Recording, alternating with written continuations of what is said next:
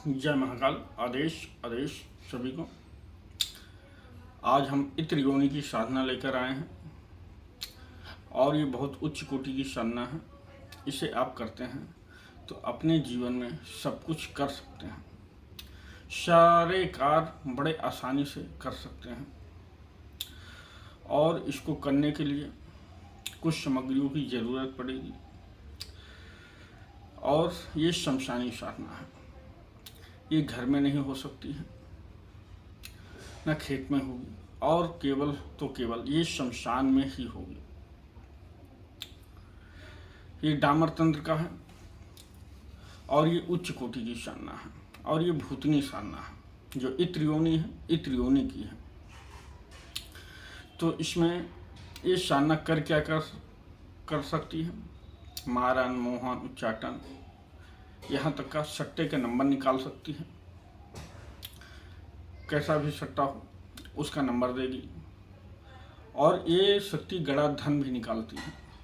और आपको पैसे की ज़रूरत है तो समय पे आपकी पैसे की व्यवस्था हो जाएगी जितना आपको ज़रूरत है,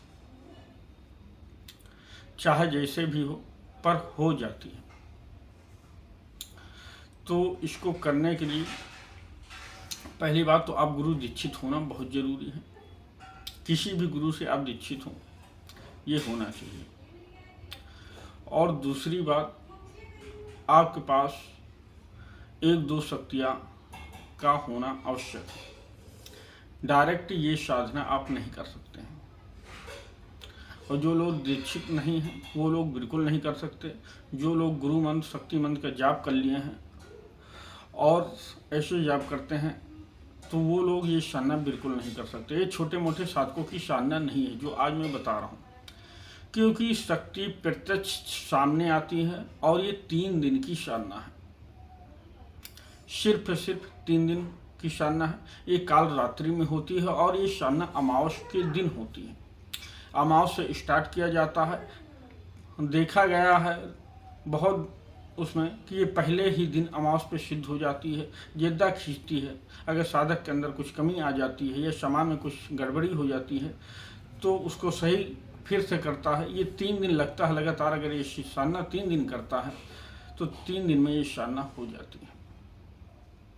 इसमें कुछ लकड़ी लगती है जो शमशान की ही लकड़ी होती है और कुछ हवन लगता है और इसमें मांस लगता है, नैवेद्य चढ़ता है, शराब चढ़ती है, इसका पूजन होता है विधिवत।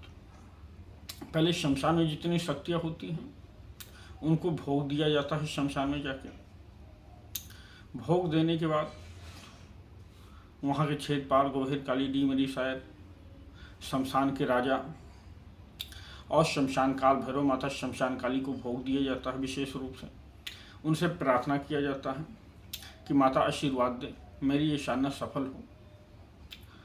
उसके बाद गुरु मंत्र, गणेश मंत्र और गुरु मंत्र और अपने इष्ट शक्ति का जाप करते हैं। उसके बाद फिर इस शक्ति का मंत्र जाप करते हैं। और इसमें होता कैसे है कि क्योंकि बहुत साधक गलतियां कर बैठते हैं, बहुत सारी गलतियां कर देते हैं और ये साधना में जब बैठेंगे तो नहा धो के पवित्र बैठेंगे। इस साधना में आपको काला आसन लगेगा, एक रुद्राक्ष की माला लगेगी, एक काला आसन, एक रुद्राक्ष की माला और जो आपके कपड़े होंगे वो भी काले होंगे पर वो गैर सिले होने चाहिए। सिला हुआ कपड़ा इसमें बिल्कुल नहीं चलेगा।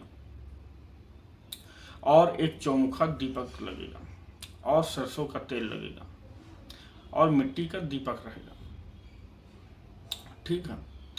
और कुछ पुष्प चाहिए और कुछ नैवेद्य चाहिए। नैवेद्य में आपको चना मुरमुरा लगेगा, चना फुटाना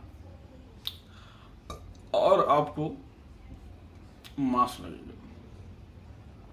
मांस जो चिकवा बेचते हैं, चिकवा के पास से आपको मांस नहीं खरीदना है क्योंकि मुस्लिम पद्धति से ये मांस काटा हुआ नहीं होना चाहिए। ये मांस हिंदू पद्धति से काटा हुआ होना चाहिए, तब ये काम करेगा। आप मुर्गे का मांस भी ले सकते हैं, बकरे का भी मांस ले सकते हैं, दोनों मांस चलेगा। आधा किलो मांस इसमें लगता है, ठीक है। और दारू लगती है, एक केले का पत्ता लगता है। और जहाँ पे आप साधना करते हैं वहाँ पे जाएंगे, शमशान में पहले आपको जगह का चुनाव कर लेना है। जगह चुनाव करने के बाद आपको वहाँ तलाश कर लेना है जहाँ पे चिता जलती है, उससे थोड़ा हट के, यानी 100 मीटर की दायरे से थोड़ा हट के आपको वहाँ एक हवन कुंड तैयार करना है। हवन कुंड कैसे होगा? हवन कुंड त्रिभुज का आकार का होना चाहिए। इसमें त्रिभुज के आकार में हवन आपका हवन कुंड बनेगा। और जिस जगह बैठेंगे वहाँ पे थोड़ा लीप लेंगे, चिता की थोड़ी राख लेंगे, ठीक है। और शमशान में ही उसको बढ़िया अच्छे से लीप लेंगे पानी से, जितने में बैठना है। और हवन के आजू बाजू लीप लेंगे। लीपने के बाद आप एक घेरा बनाएंगे बढ़िया ज़बरदस्त अपने बंधन के लिए। और घर से जब निकलेंगे तो घर कीलन करके निकलेंगे और अपनी सुरक्षा करके निकलेंगे। 1 मिनट, किसी का कॉल आ रहा है। तो एक कॉल आ रहा था, उसको डिस्कनेक्ट किया। अब आपको करना क्या है, घेरा बना लेंगे। घेरा बनाने के बाद जो शमशान से लिपे हैं आप राख से, उसी में बैठना है। घर का सुरक्षा मार के निकलेंगे। सुरक्षा मारने के बाद खुद की सुरक्षा करेंगे। पहले नंबर घर की लीड करेंगे, उसके बाद अपने शरीर की लीड करेंगे, फिर शमशान जाएंगे। शमशान जाने के बाद वहाँ पे शमशान को दंडवत प्रणाम करेंगे। प्रणाम करने के बाद आप अपना आसन लगाएंगे।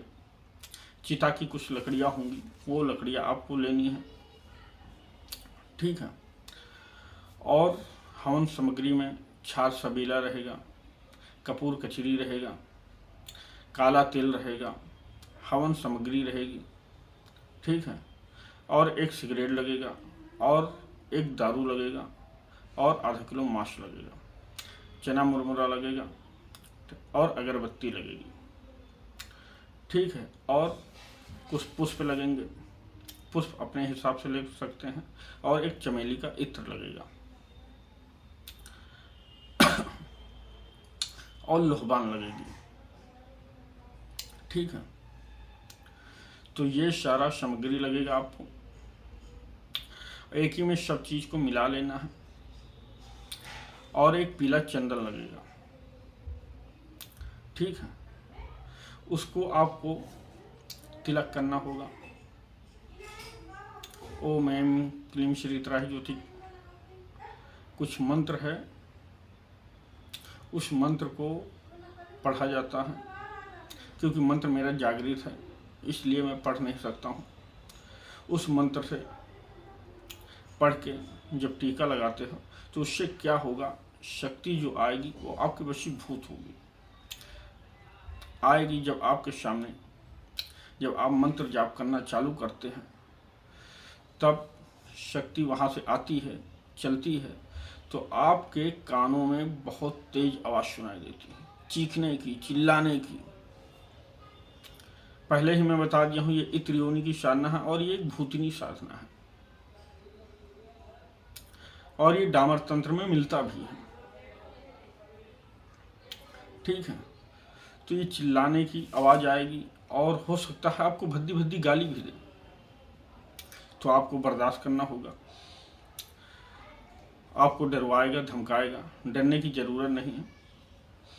आप उससे बोलें, आप डरे नहीं, आप मेरे सामने आए, तो आपके सामने वो बैठेगा, ठीक है। और इसमें याद करना, जो घेरा लगाए हैं वो हवन कुंड जो आपने बनाया है हवन कुंड घेरे के अंदर नहीं होना चाहिए।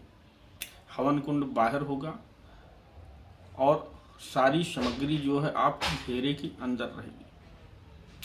ठीक है, इसका एक अपारदर्शी मंत्र होता है, क्योंकि बहुत लोग सुरक्षा बहुत तगड़े से मान लेते हैं तो शक्ति आकर भी उनकी साधना निष्फल हो जाती है, क्योंकि उनको दिखाई नहीं पड़ता है।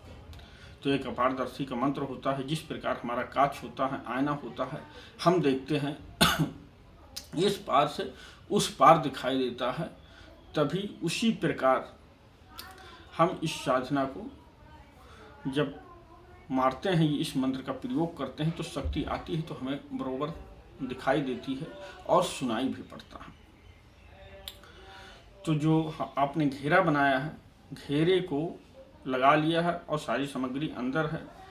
गुरु गणेश का जाप करने के बाद जब आप हवन करेंगे तो हवन अंदर से ही डालेंगे हवन कुंड में, और हवन आपके बाहर, यानी 4 इंची 5 इंची का गैप होना चाहिए, एक बीते का गैप होना चाहिए हवन से। बस घेरा हवन के बाहर ही होना चाहिए। ठीक है, बहुत साधक लोग गलती करते हैं इसमें, कोई बताता भी नहीं है सही ज्ञान। तो इस प्रकार करना है, आपको समझ में आ गया होगा। तो जब शक्ति सामने आएगी, प्रकट होगी, वो अपना नैवेद्य मांगेगी। नैवेद्य जो उसका आहार है, जो हम प्रसादी रख रखे हैं, तो वो मांगेगी, तो उसे हमें देना होगा। मगर देने से पहले उससे आपको वचन लेने होंगे। जब मैं बुलाऊंगा तब आपको आना होगा, जो कार्य मैं बोलूँगा वो कार्य करना होगा। कभी बिना हमारे से पूछे कोई कार्य आप करेंगे नहीं।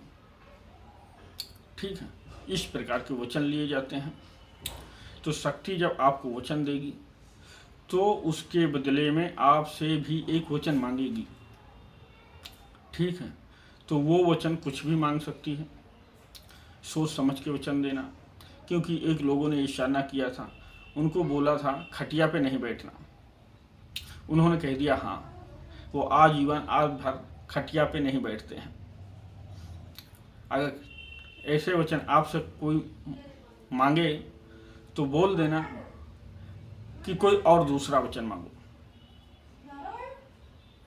ठीक है, कोई दूसरा वचन मांगो। खाने पे मांग सकती है, बोले रसगुल्ला कभी नहीं खाना, अगर बोल दिया आपने हाँ, तो जिस दिन रसगुल्ला गलती से भी खा लिया तो उस दिन आपकी मृत्यु निश्चित है।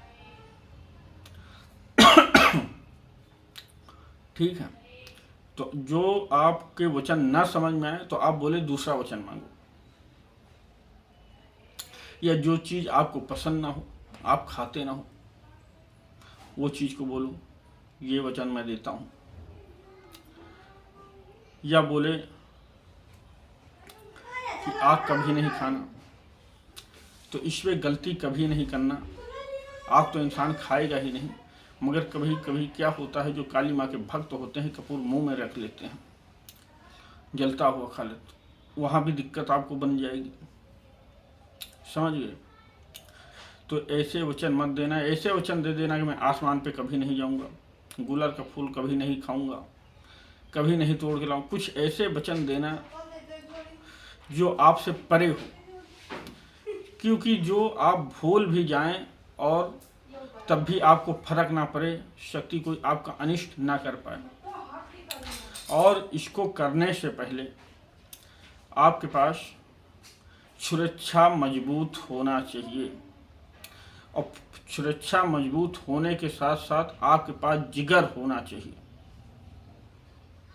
अगर जिगर नहीं है तो आप नहीं कर सकते हैं, क्योंकि आप गए हैं काल के मुंह में सीधा डायरेक्ट, क्योंकि आपको काल लेके जाएगा। अगर डर गए तो आपकी मृत्यु निश्चित है, ये सोच लीजिए, क्योंकि काल किसी को छोड़ता नहीं है।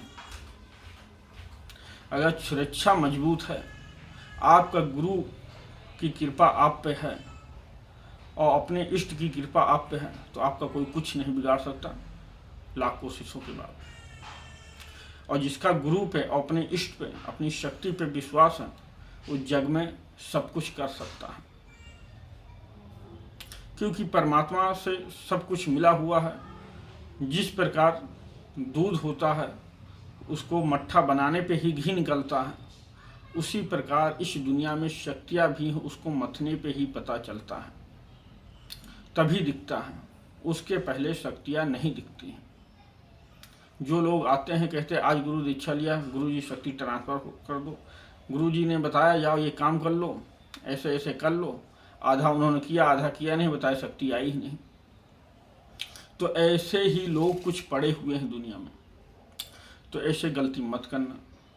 और एक चीज़ मैं और समझा दूँ, जो लोग ट्रांसफ़र के नाम पे ठगते हैं, ट्रांसफ़र के नाम पे लूटते हैं, और जो लोग गोडाउन शिफ्टिंग के पीछे पड़े हुए हैं, तो गोडाउन शिफ्टिंग के पीछे ना पड़े, क्योंकि आप अमीर आदमी से एक करोड़पति बन जाओगे। क्योंकि आप चाहे जितने धनवान हो मगर आपको करोड़पति बनना निश्चित है। क्योंकि जो सही गुरु होता है, गोडाउन शिफ्टिंग करता है, वो कभी किसी को जाहिर नहीं करने देता। बहुत लोग कहते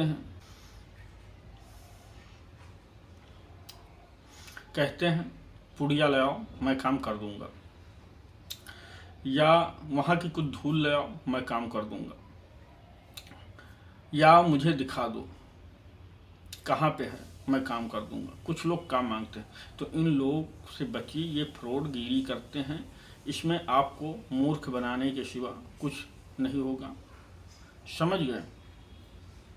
तो इनसे बचिए। और अगर आपको गोडाउन शिफ्टिंग ही करना है तो कुछ साधना करें, किसी के भरोसे मत बैठें, खुद इस लाइन में उतरें और काम करें। क्योंकि जो आम खाया है उसी को पता है आम मीठा होता है कि खट्टा होता है, समझ गए आप लोग? तो कुछ लोग करंट पे काम करते हैं। करंट का मतलब है जैसे काली बिल्ली, उसको बोलते हैं करंट। तो इन पे काम नहीं होता है, और काम होता भी है जो सही गुरु होता है, काम करता है जब वो दूसरे की मुसीबत बता सकता है, परेशानी बता सकता है और भूत भविष्य बता सकता है। तो क्या गोडाउन शिफ्टिंग नहीं पता कर सकता है कहाँ पे है? वो तुमसे काम क्यों मांगेगा? उसे पूछने की जरूरत क्या है? बात आई समझ में? तो वो खुद ही शक्तियों के माध्यम से पता कर लेगा। उसको जितने पैसे की जरूरत है वो खुद ही मंगा लेगा, वो खुद ही अपना काम करेगा। तुम्हारे पीछे क्यों भागेगा कि मुझे काम दो? मैं शॉर्टकट में थोड़ा ही बात बताया हूँ, अगर इस पे वीडियो बनाऊंगा तो बहुत बड़ा बन जाएगा। आप लोग समझदार हैं, हमारी बातों को समझ गए होंगे, और वीडियो अच्छा लगे तो लाइक करें, शेयर करें, कमेंट करें। हमारे चैनल पे पहली बार है तो चैनल को सब्सक्राइब करें। तो आगे मिलते हैं इसी तरह दूसरी वीडियो में, इसका पार्ट 2 भी लेकर आऊँगा। अगर आप लोगों का सपोर्ट रहा तो पार्ट 2 मंत्र के साथ में डालूंगा, क्योंकि आप लोग का एक लाइक हमारे लिए बहुत महत्व रखता है कि आप लोग कितना हमें चाहते हैं, कितना सपोर्ट करते हैं, इससे पता चलता है। उसी प्रकार मैं आप लोगों को साधना दूंगा, और ये साधना फ्री होगी। अगर लाइक अच्छा आएगा, कमेंट अच्छा आएगा, कम से कम 500 लाइक आएंगे तभी ये साधना फ्री दूंगा, और 500 लाइक नहीं मिले तो ये साधना फिर पेड ग्रुप में जाएगी। तो आप लोग सपोर्ट करेंगे तभी का कहा थी संभव है। इसी के साथ अगले वीडियो में मिलता हूँ। जय महाकाल, आदेश आदेश, जय माता राम।